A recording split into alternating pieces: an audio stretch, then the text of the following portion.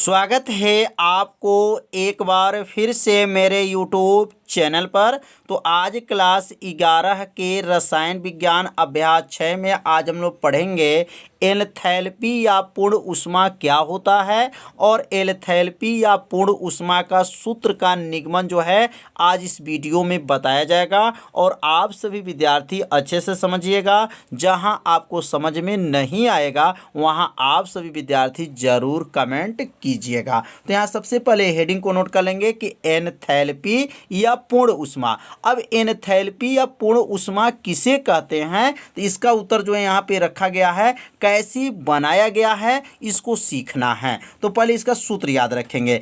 Enthalpy या पूर्ण ऊष्मा का सूत्र होता है H बराबर होता है E प्लस PV होता है। अब E का नाम क्या है और PV का नाम क्या है और H का नाम क्या है आपको याद रखना पड़ेगा। तो H का नाम है एंथैल्पी, यह इसका दूसरा नाम है पूर्ण ऊष्मा। और E का नाम क्या है आंतरिक ऊर्जा। E का क्या नाम है आंतरिक ऊर्जा। और PV का नाम क्या है तो कहेंगे PV ऊर्जा, मतलब दाब ऊर्जा इसको बोला जाता है। कौन ऊर्जा? दाब ऊर्जा इसको बोला जाएगा। तो अब यहाँ पर क्या कहेंगे, किसी निकाय में आंतरिक ऊर्जा, ई का नाम क्या है आंतरिक ऊर्जा, और इसको कहेंगे दाब ऊर्जा के योग किसके बराबर होता है? एंथैल्पी के बराबर होता है। तो इसका परिभाषा यहाँ पे लिख लेंगे, किसी निकाय की आंतरिक ऊर्जा ई, तो इसका नाम हो गया आंतरिक ऊर्जा ई, तथा पीवी ऊर्जा, तथा क्या कौन ऊर्जा होगा? पीवी ऊर्जा के योग को निकाय का एंथैल्पी या पूर्ण ऊष्मा कहते हैं। इसे किससे प्रदर्शित करते हैं? तो H से प्रदर्शित करते हैं। मतलब इसकी जो परिभाषा बनाया गया है इसी सूत्र से बनाया गया है। किसकी परिभाषा? एंथैल्पी या पूर्ण ऊष्मा की परिभाषा। आपको यह सूत्र याद है तो आप परिभाषा बना सकते हैं। तो यह जब इस परिभाषा को आप लोग लिख लीजिएगा, तब इस परिभाषा के नीचे जो यहाँ पर हम ऊपर लिखे हैं, तो आप लोग ऊपर मत लिखिएगा, नीचे लिखिएगा, क्योंकि ये परिभाषा बनाने के लिए हम यहाँ पर जो है ऊपर ये सूत्र को लिख दिए हैं। तो अब ये परिभाषा जब बन जाएगा तो H बराबर क्या लिखेंगे? E plus PV। E का मतलब आंतरिक ऊर्जा, अब PV मतलब PV ऊर्जा के योग किसके बराबर है? एंथैल्पी या पूर्ण ऊष्मा के बराबर होता है। अब यहाँ जहाँ लिखेंगे, जहाँ E का नाम क्या है, तो E का नाम आप लोग याद रखिएगा आंतरिक ऊर्जा है। P का नाम क्या है? तो दाब है। V का नाम क्या है? निकाय का आयतन है। और H का क्या नाम है? पूर्ण ऊष्मा कहेंगे या एंथैल्पी ऊष्मा कहेंगे। तो समझ में आ गया होगा कि कैसे इसका परिभाषा बनाया गया। बहुत ही आसान परिभाषा बताया गया है, जिससे आपको तुरंत क्या हो जाए, याद हो जाए। अब यहाँ पर हेडिंग नोट कर लेंगे कि एंथैल्पी जो है, एंथैल्पी ऊष्मा में परिवर्तन, एंथैल्पी या पूर्ण ऊष्मा में परिवर्तन का सूत्र का निगमन। पूर्ण ऊष्मा में परिवर्तन का सूत्र का निगमन। क्या लिखेंगे? सूत्र का निगमन। अब यहाँ सूत्र का निगमन करके बताया जाएगा, और एक एक लाइन जो है निगमन को आप लोग अच्छे से समझिएगा। वीडियो को आप लोग लाइक कर दीजिए। आप लोग वीडियो को लाइक नहीं करते हैं, इसलिए आप सभी विद्यार्थी वीडियो को क्या कीजिए, लाइक कर दीजिए। तो अब एंथैल्पी या पूर्ण ऊष्मा में परिवर्तन का जो है सूत्र का निगमन कैसे किया जाएगा, तो यहाँ पर जो लिखेंगे, पहले एक लाइन जो है माना को लिखेंगे। तो यहाँ लिखेंगे माना लिख लेंगे। माना स्थिर दाब पर, किस दाब पर याद रखिएगा? स्थिर दाब पर। किस दाब पर? स्थिर दाब की परिस्थिति में, स्थिर दाब के परिस्थितियों में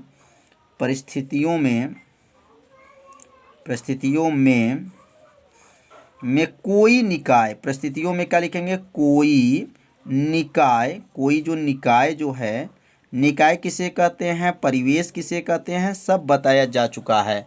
तो कोई निकाय क्या कहेंगे? पहली अवस्था से या पहला अवस्था से लिख सकते हैं। पहला अवस्था से दूसरे अवस्था में, किस अवस्था में? पहला अवस्था से दूसरा अवस्था में क्या होता है? बदलता है। पहला अवस्था से दूसरे अवस्था में बदलता है। है बदलता है तो इसकी एंथैल्पी बदलता है तो इसकी या उसकी लिख सकते हैं उसकी एंथैल्पी उसकी क्या लिख सकते हैं एंथैल्पी में परिवर्तन एंथैल्पी में परिवर्तन क्या हो जाएगा परिवर्तन डेल एच होगा। मतलब यह जो है जब स्थिर दाब रहेगा मतलब यहाँ पे टेम्परेचर जो रहेगा नहीं प्रेशर याद रखिएगा जो प्रेशर मतलब दाब होता है मतलब स्थिर दाब मतलब यहाँ पे जो है दाब क्या होनी चाहिए स्थिर होनी चाहिए। और परिस्थितियों में कोई निकाय जो है पहला अवस्था से अगर दूसरा अवस्था में बदलता है तो उनकी जो एंथैल्पी में परिवर्तन होता है वो डेल एच हो जाता है। मतलब एक अवस्था से दूसरी अवस्था में जब बदला जाएगा तो एंथैल्पी एच के स्थान पे क्या प्रयोग करेंगे डेल एच का प्रयोग करेंगे। तो अब यहाँ पर डेल एच का जो है सूत्र हो जाएगा डेल एच बराबर क्या बनता है H2 में से H1 को घटा दें तो किसका मान निकल जाएगा तो डेल एच का मान निकल जाता है। कोई भी परिवर्तन को निकाला जाता है तो जो है दूसरी अवस्था से पहले वाली अवस्था को जब घटा दिया जाता है तो उसका परिवर्तन जो है मान निकल जाता है। तो इसलिए डेल एच का जो सूत्र होता है H2 माइनस H1 होता है। और आज अभी हम लोग पढ़े हैं कि एंथैल्पी का जो सूत्र होता है वह H बराबर क्या होता है तो पढ़े हैं आंतरिक ऊर्जा और कौन ऊर्जा था पीवी ऊर्जा के योग के क्या होता है बराबर होता है। आज ही हम लोग पढ़े हैं एंथैल्पी पूर्ण ऊष्मा का सूत्र क्या होता है तो H बराबर E प्लस PV होता है। अब यहाँ पर H2 है ये क्या है H2 है और ये क्या है H1 है तो इसी के अनुसार इसमें जो है मान को रखेंगे तो क्या बनेगा यहाँ पर डेल एच बराबर हो गया। अब H2 बराबर क्या बन जाएगा तो यहाँ पर E है तो क्या बनेगा E2 हो जाएगा क्यों क्योंकि 2 है प्लस हो जाएगा और ये P भी है तो क्या लिखेंगे P भी 2 हो जाएगा। अब यहाँ पे कहेंगे क्यों P2 नहीं लिखा गया क्योंकि यहाँ पर ऊपर क्या लिखा गया स्थिर दाब मतलब यहाँ पर जो है दाब जो है स्थिर है इसलिए यहाँ पर P रहेगा और यह हो जाएगा V2। अब यहाँ माइनस कर लेंगे माइनस ये किसका मान रखे हैं तो H2 का मान है किसका मान है H2 का मान है इसी सूत्र से जो है बनाया गया माइनस कर लेंगे। अब यहाँ पर H1 का मान क्या होगा तो H1 का मान होगा E1 प्लस हो जाएगा P और यहाँ पे क्या बनेगा V1 हो जाएगा क्योंकि 1 है तो यहाँ पर 1 होगा यहाँ पे H2 है तो 2 होगा तो 2 होगा। मतलब इसमें दाब को याद रखेंगे P1 P2 नहीं रखना है। याद रखिएगा दाब को क्या P1 P2 नहीं रखना है क्यों क्योंकि वह दाब जो है स्थिर है। अब ये माइनस अंदर जाएगा जब ये माइनस अंदर जाएगा तो चिन्ह क्या हो जाएगा बदल जाएगा तो यहाँ क्या बनेगा डेल एच बराबर और यहाँ क्या लिखेंगे E2 प्लस हो जाएगा और यहाँ P V2 हो जाएगा। ये माइनस अंदर गया चिन्ह क्या हो जाएगा बदल जाएगा E1 माइनस P V1 हो जाएगा। कैसे क्योंकि ये जब माइनस जाएगा तो अंदर का चिन्ह क्या हो जाता है अंदर का चिन्ह जो है बदल जाता है। अब अगला लाइन लिखेंगे डेल एच बराबर होगा अब यहाँ क्या लिखेंगे E2 क्या लिखेंगे E2 और माइनस क्या हो गया E1 मतलब E वाला को एक पास कर लिए E2 माइनस E1 का मतलब E वाला जो है एक पास हो गया प्लस लिख लेंगे और यहाँ लिखेंगे P V2 minus P V1 तो यह जो है P V2 और P V1 जो है एक पास हो गया। अब यहाँ पे लिखेंगे तो डेल एच बराबर क्या बनेगा तो अब यहाँ पे देखिए E2 माइनस E1 है तो E2 माइनस E1 जैसे यहाँ पर डेल एच क्या है H2 माइनस H1 है तो इसी प्रकार जो है E2 माइनस E1 भी सूत्र बन जाएगा। ये किनका सूत्र बन जाएगा तो यह बन जाएगा डेल ई का सूत्र बन जाएगा किनका डेल ई का सूत्र होगा क्या बनेगा E2 माइनस E1 प्लस हो जाएगा। और यहाँ से जो है देखिए दोनों में कॉमन क्या दिखाई दे रहा है तो दोनों में ध्यान से देखेंगे तो दोनों में P जो है कॉमन दिखाई दे रहा है। अब इसमें से P को क्या करेंगे कॉमन कर लेंगे। जब कॉमन इसमें से हो जाएगा कॉमन का मतलब इसमें से क्या हुआ बाहर निकल गया तो बाहर जब निकल जाएगा तो क्या बचेगा यहाँ पर V2 माइनस ये V1 हो जाएगा। तो समझ में आ रहा होगा। और यहाँ डेल ई कैसे हुआ है जैसे यहाँ पर डेल एच बराबर क्या है H2 माइनस H1 है, तो इसी प्रकार जो है E2 माइनस E1 जो रहेगा, अगर उसको हटाएंगे तो क्या लिख सकते हैं, डेल E लिख सकते हैं। अब अगला लाइन लिखेंगे कि यहाँ लिखेंगे, यहाँ पर H जो है डेल जो है H बराबर हो जाएगा, और यहाँ का उतरेगा डेल, यहाँ पर E उतर जाएगा, प्लस हो जाएगा, P उतर जाएगा। समझ में आ रहा होगा। अब ये V2 माइनस V1 जो देख रहे हैं, अब ये V2 माइनस V1 क्या बनेगा, तो ये V2 माइनस V1 क्या लिख सकते हैं, डेल V लिख सकते हैं। मतलब ये V2 में से जब V1 घटाएंगे वो कितने के बराबर होगा, डेल V। कैसे पता चला, जैसे डेल H का सूत्र क्या है, H2 माइनस H1 है, इसी प्रकार क्या हो जाएगा, V2 माइनस V1 है तो क्या बन जाएगा, डेल V बन जाएगा। तो ये जो सूत्र आ गया एंथैल्पी या पूर्ण ऊष्मा में परिवर्तन का जो है सूत्र का जो है निगमन करके बताया गया। तो ये सूत्र कैसा है, तो आप लोग इसका जरूर कमेंट कीजिएगा। आपको समझ में आया कि नहीं समझ में आया, आप सभी विद्यार्थी जरूर कमेंट कीजिएगा। वीडियो को लाइक कर दीजिए। चैनल पर यदि आप पहली बार आए होंगे तो चैनल को सब्सक्राइब और घंटी दबाना मत भूलिए, क्योंकि ये लाइव क्लास जो है आपके लिए ही चलाया जा रहा है।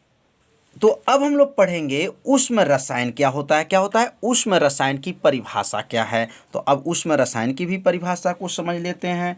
ऊष्म रसायन, अब ये नाम से ही ऊष्म माने क्या होता है, तो ऊष्म माने जो होता है गर्म, या ऊष्म रसायन क्या कहेंगे, ऊष्म जो है रसायन की परिभाषा क्या है, ये रसायन है, ध्यान दीजिएगा।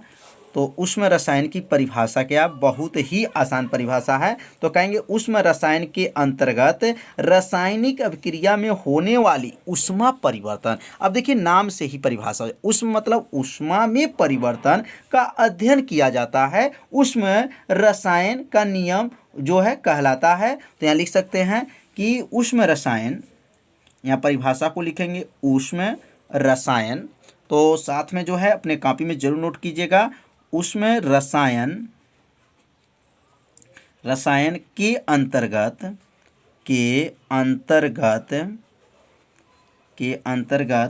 रासायनिक क्या लिखेंगे, रासायनिक अभिक्रियाओं में होने वाली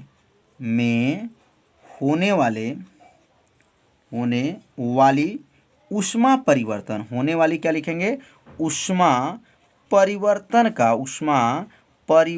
का अध्ययन किया जाता है। ऊष्मा परिवर्तन का क्या किया जाता है, अध्ययन किया जाता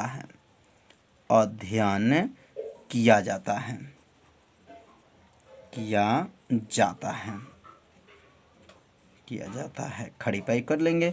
तो ऊष्म रसायन का मतलब होता है कि ऊष्मा में होने वाले जो है परिवर्तनों का क्या किया जाता है, अध्ययन किया जाता है, ऊष्म रसायन कहलाता है। और ऊष्म रसायन जो होता है वो ऊर्जा संरक्षण के नियम और ऊष्मागतिकी के प्रथम नियम पर आधारित होता है। तो लिख लेंगे ऊष्म रसायन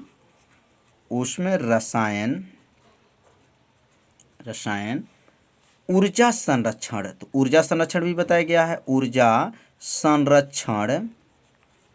संरक्षण तथा क्या है, ऊष्मागतिकी का प्रथम नियम, ऊष्मागतिकी का प्रथम नियम पर आधारित होता है। प्रथम नियम पर क्या होता है, आधारित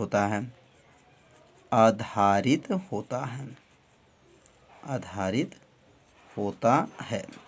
मतलब ऊष्म रसायन जो होता है वह ऊर्जा संरक्षण के नियम पर भी और क्या है, और ऊष्मागतिकी के प्रथम नियम पे क्या होता है, आधारित होता है। तो आज का वीडियो कैसा था जरूर कमेंट कीजिएगा, वीडियो को लाइक कर दीजिएगा और ये वीडियो को शेयर जरूर कीजिए, जिससे मेरे चैनल के बारे में आप सभी दोस्तों को भी क्या हो, जानकारी हो जाए। तो आज का पढ़ाई इतना ही, मिलते हैं अब अगले भाग में, तब तक के लिए सभी विद्यार्थियों को नमस्कार।